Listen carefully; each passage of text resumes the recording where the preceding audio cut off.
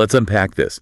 We're diving deep today into a topic that feels incredibly personal. It's talked about everywhere. And yet, well, turns out to be surprisingly complex. Self-care. Absolutely. It's one of those terms, isn't it? It means so many different things depending on who you ask or, where you look. Exactly. And our mission in this deep dive is to really understand the layers of this concept. We're exploring one really comprehensive source, a detailed Wikipedia article on self-care. We're going to pull out the key insights, figure out what self-care actually is, trace its fascinating history, look at its many different facets, health, philosophy, work, and really get why it's so important for you. And we'll look at some surprising stuff, like its ancient roots, how it connects with managing illness, especially those long-term chronic conditions. Right. What often gets in the way of doing it well, and how it bumps up against big parts of modern life, like, work and even capitalism. So let's start with the core definition.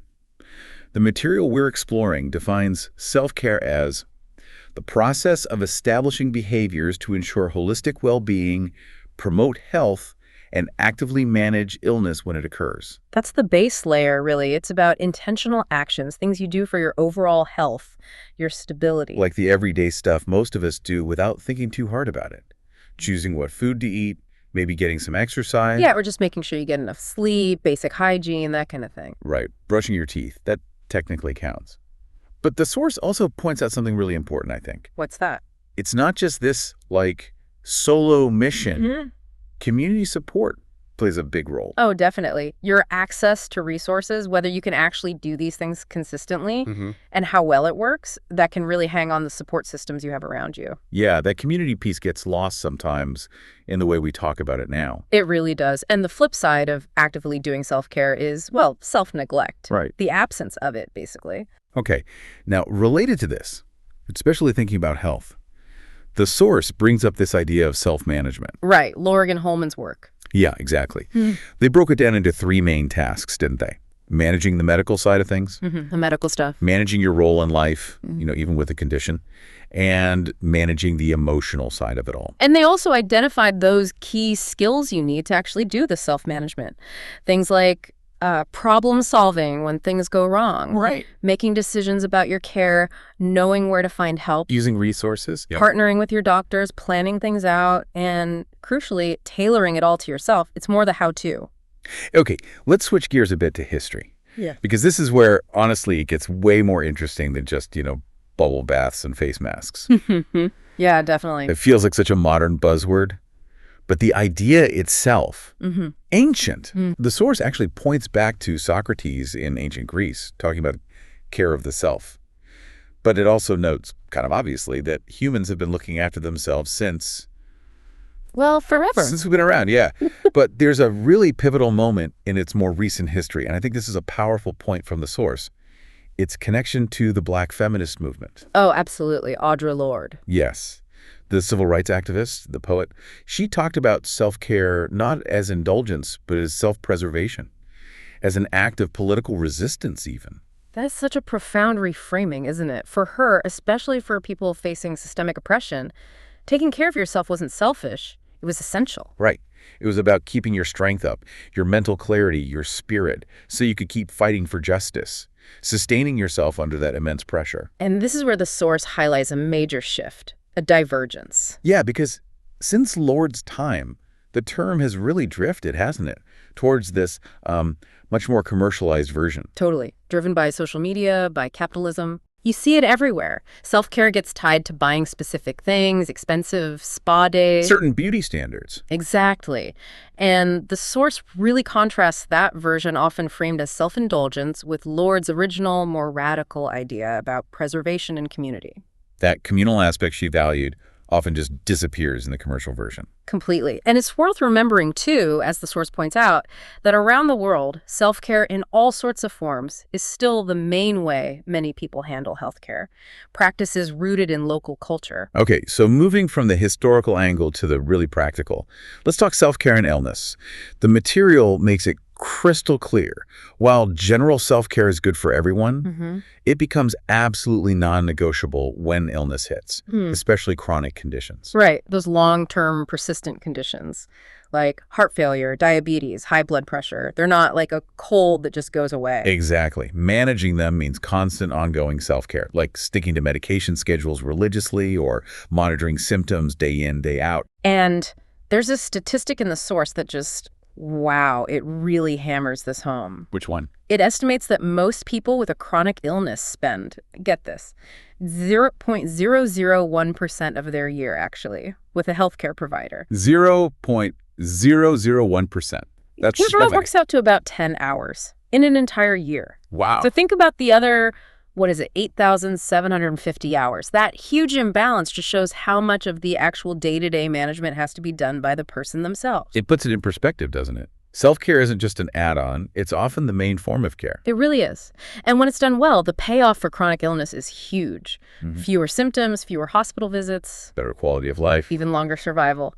But the source is realistic, too. It admits that doing all the self-care can be incredibly tough, physically and mentally. Yeah, because it is persistent. It's constant effort, often difficult effort, not a quick fix. Exactly. Constant work. So, keeping all that in mind, what actually influences how well someone can practice self-care? The material kind of groups the factors together, right? Personal, external, and process stuff. Yeah, so personally, things like your motivation level matter a lot. And stress or anxiety can really impact that. Makes sense. Cultural beliefs are huge, too.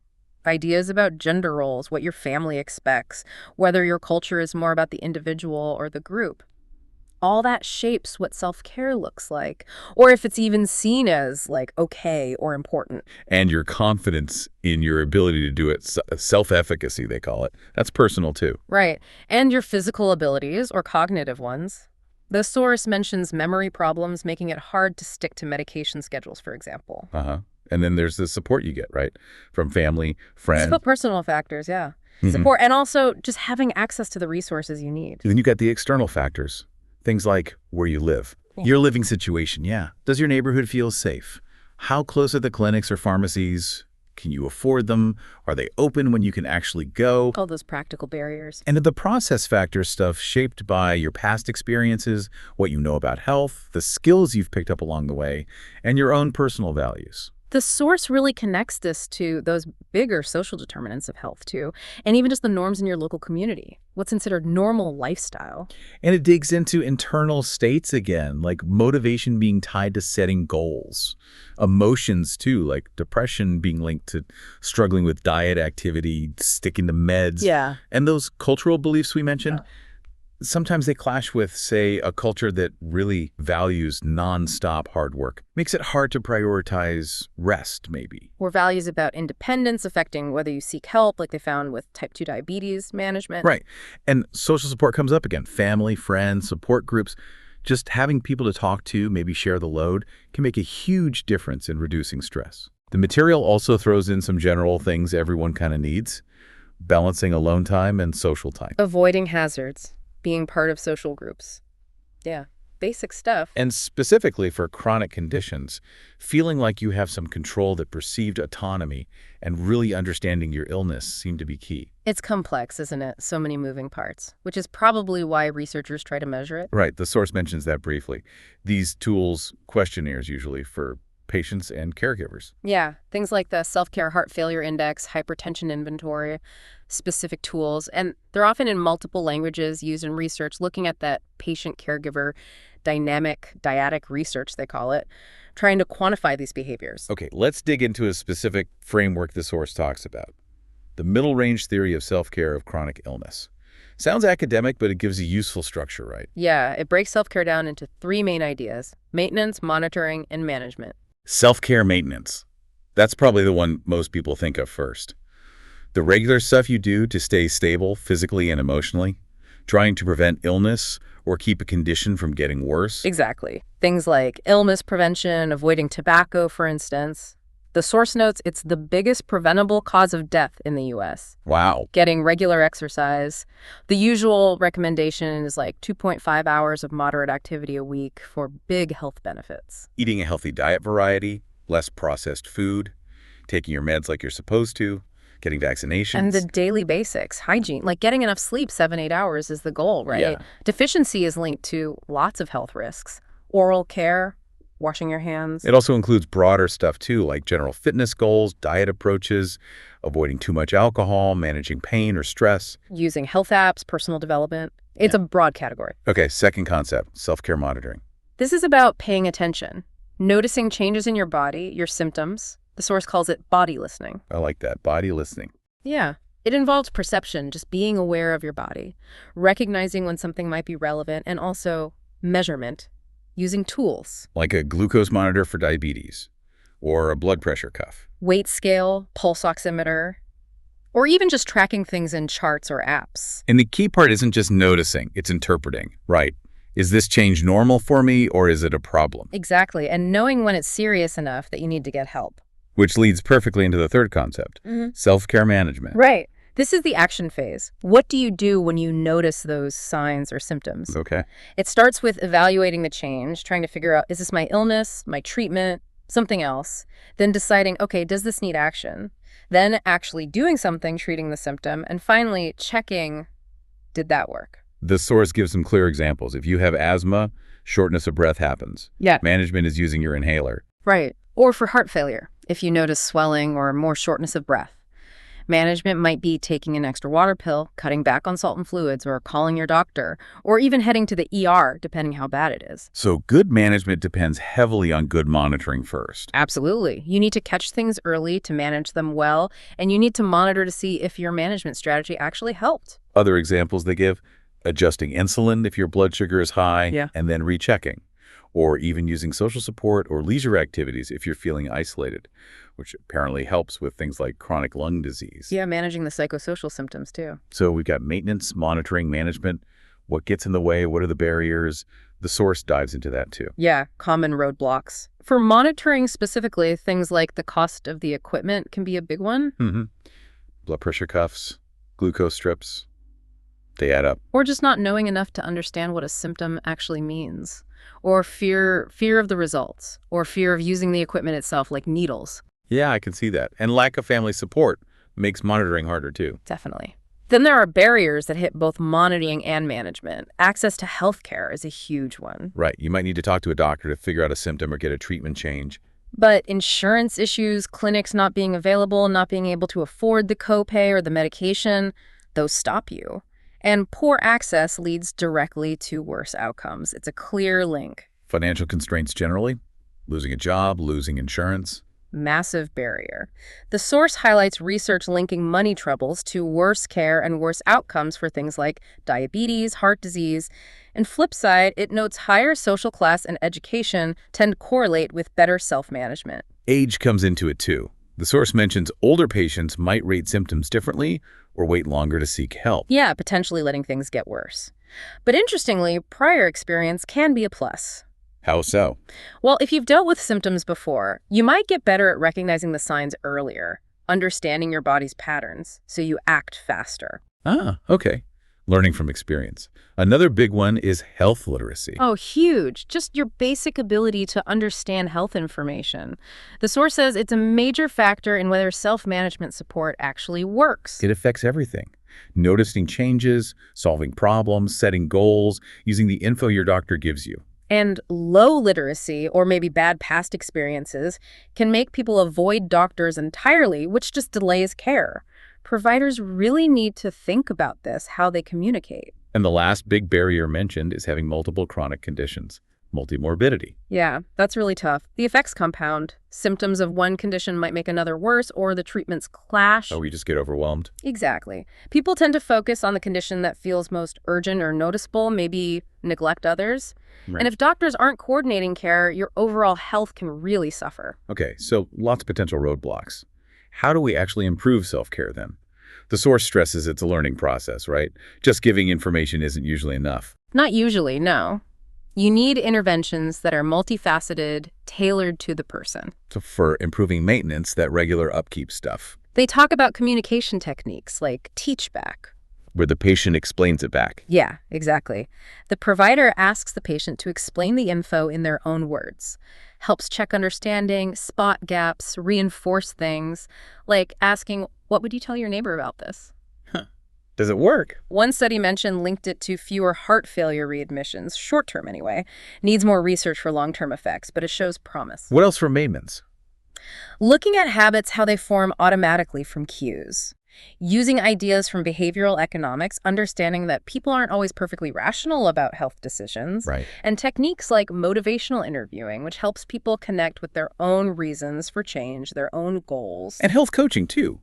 Focusing on personal goals and values to drive behavior change. Yeah. Now, for improving monitoring, it's often about working closely with patients, figuring out their current routine, making an individual plan. Education is key here, but tailored to their literacy level. So they really understand their symptoms, recognize early warning signs. And know what those signs mean for managing things, preventing complications. The source also mentions other areas being researched, like mindfulness or meditation, potentially helping with awareness. Decision support tools, building that self-efficacy, the confidence piece, which seems more linked to actually doing self-care than just knowing stuff. Interesting. And wearable tech, obviously, activity trackers and the like. Okay, and then interventions for self-care management, the action part. This is often about patients and providers collaborating on decision-making strategies. A really cool tool they discuss is the Stoplight Action Plan. Stoplight, like traffic lights. Kind of. You categorize symptoms into zones. Green zone, everything's stable, carry on with normal care. Yellow zone, caution, something's off, maybe take an extra med, monitor closely, time to call the provider. Red zone, danger, this is serious, take immediate action or meds, call 911 or your provider right away. And it's customized for each person. That's the key. Your specific signs and symptoms go into each zone. So you have a clear plan, see this, do that. It takes the guesswork out when you're feeling unwell. That sounds really helpful. What else for management? Specific skills teaching. Learning the practical how-to for your condition. Like exactly how and when to use your rescue inhaler for asthma versus your daily controller med. Okay. It involves talking through when to use skills, how to adapt them. The source notes mastering these takes time, patience, practice, experience. Makes sense. The source wraps up that section listing different kinds of support, doesn't it? Yeah, a whole range. Access to good info, tools like monitors or apps, support for interpreting your observations, skills training programs, support networks, real life or online peer groups. Knowing about local resources, like parks for exercise, it's a whole ecosystem of support. Exactly. Let's loop back to philosophy for a minute. We touched on it, but it gives such a different perspective on caring for the self. It really does. We mentioned Audre Lorde and the Black feminist perspective earlier. Yeah. And the source really emphasizes that again. Self-care as a revolutionary act. Self-preservation as political warfare against oppression. Healing and sustaining yourself so you can keep resisting. And that stark contrast with the commercial version. Right. The source points out how that popular version, costly indulgence, buying things, beauty standards, fad diets, often completely ignores the community aspect Lorde valued. It's all individual consumerism. And that original radical connection to Black feminism has kind of faded in mainstream use, hasn't it? Sadly, yes. In clinical settings, popular culture, it's still there in feminist theory, queer theory, but not so much elsewhere. The source also brings in Western philosophy, Michel Foucault specifically. He looked at the ancient Greek care of self, le souci de soi, as central to philosophy itself, the art of living. Not just health, but an attitude. Yeah, an attitude towards yourself, others, the world, involving attention, self-knowledge, a whole way of being. Then there's Dorothea Orm's nursing theory, which is different again. Very different, much more focused on the medical side. Her theory is about the self-care deficit. When someone can't perform self-care adequately, that's where nursing comes in. So it defines the nurse's role. Pretty much. It acknowledges others are important, but the focus is physical, medical capacity. Contrasts sharply with the political resistance idea or Foucault's art of living. Okay, let's bring this right into the modern day. The workplace. How does self-care fit in there? Well, the source discusses a strong link between self-care and employee well-being, which then links to organizational productivity. Sounds right. Yeah. Healthy, less stressed employees are probably better employees. Exactly. It's seen as critical for organizational health, especially in high-stress jobs or places dealing with trauma. So for the individual employee, it helps manage stress, avoid burnout. And for the company, that means better job satisfaction, people showing up more often, better performance overall. What does individual self-care look like at work? Setting boundaries, That's a big one. Setting healthy boundaries around your time, taking actual breaks, using wellness programs if they're offered, building supportive relationships with colleagues, trying for that work-life balance. But there's always a but. Yeah. The source makes a crucial point here too, doesn't it? It does. It argues that just telling individuals to practice self-care isn't enough if the system itself is the problem. Like if workloads are impossible or you have no control over your work. Exactly. Those institutional factors can completely undermine your personal efforts. Yeah. So you need systemic changes too, not just individual ones. What kind of organizational support helps? Things like having policies that actively encourage using employee assistance programs or taking paid time off, providing decent health care or flexible work options, Listening to staff through surveys. supportive managers, training on stress, maybe even dedicated spaces for breaks or quiet time, company-wide wellness initiatives. It's about creating a supportive environment. Okay, last big intersection the source covers. Self-care and capitalism. Yeah, this is a meaty one. There's a whole scholarly discussion about how these two interact. And the main point is, That self-care, which started as this holistic well-being idea, has increasingly been, well, packaged and sold as consumer behavior. Buying things, buying services. right, the commodification of self-care. Exactly. And that immediately creates a barrier, doesn't it? It makes self-care in that commercial sense way more accessible if you have money. Yeah, it becomes a luxury good, potentially. And when marketing frames products or services as essential for self-care, it can push overconsumption or create this image of self-care that's just unattainable for many people. Something you buy, not something you do or integrate. Precisely. Wow. So we've really covered a lot of ground here, haven't we? It's been quite a journey through this material. From ancient philosophy and radical political resistance, Yeah. all the way to managing chronic illness day to day, dealing with workplace stress. And grappling with that modern, sometimes very commercialized understanding of it all, it's clear self-care is way more than just a trend. Absolutely. It's got this deep history, real philosophical weight, vital practical importance for health. And these complex connections to our social world, our economy, our environment. So given everything we've explored from this source, the history, the different meanings, the challenges, here's something for you, the listener, to think about. Beyond the headlines, beyond the products you see advertised, what does caring for yourself truly mean to you at its very core? And how might understanding where it came from, including that powerful idea of self-preservation as resilience, even resistance, maybe change how you think about it or practice it in your own life? It's definitely a question worth sitting with.